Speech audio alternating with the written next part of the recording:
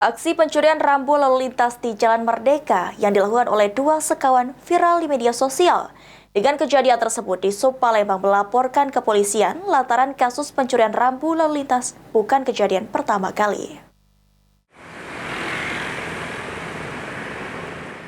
Aksi pencurian rambu lalu lintas di Jalan Merdeka yang dilakukan dua sekawan menggunakan sepeda motor dan viral di media sosial telah dilaporkan oleh Dinas Perhubungan Kota Palembang ke polisi. Atas kejadian tersebut, Kabid Wasdalops Dinas Perhubungan Kota Palembang, AK Juliansa mengatakan, pihaknya menyerahkan kasus ini ke polisi untuk dilakukan pendalaman. Ditambahkan oleh Juliansa, kejadian pencurian rambu lalu lintas ini bukan baru pertama terjadi. Sebelumnya sudah pernah terjadi pencurian alat pemberi isyarat lalu lintas seperti traffic light dan lampu lalu lintas paling sering terjadi pencurian. Oleh karenanya, Disub Palembang akan lebih meningkatkan pengamanan dan mengajak warga untuk ikut serta mengawasi. Sudah kita laporkan ke pihak kepolisian, nanti kan dari pihak kepolisian itu dikembangkan apakah ada jaringan apa sindikat untuk vandalisme untuk mengambil dari rambu-rambu kita dari Dinas Perhubungan ini.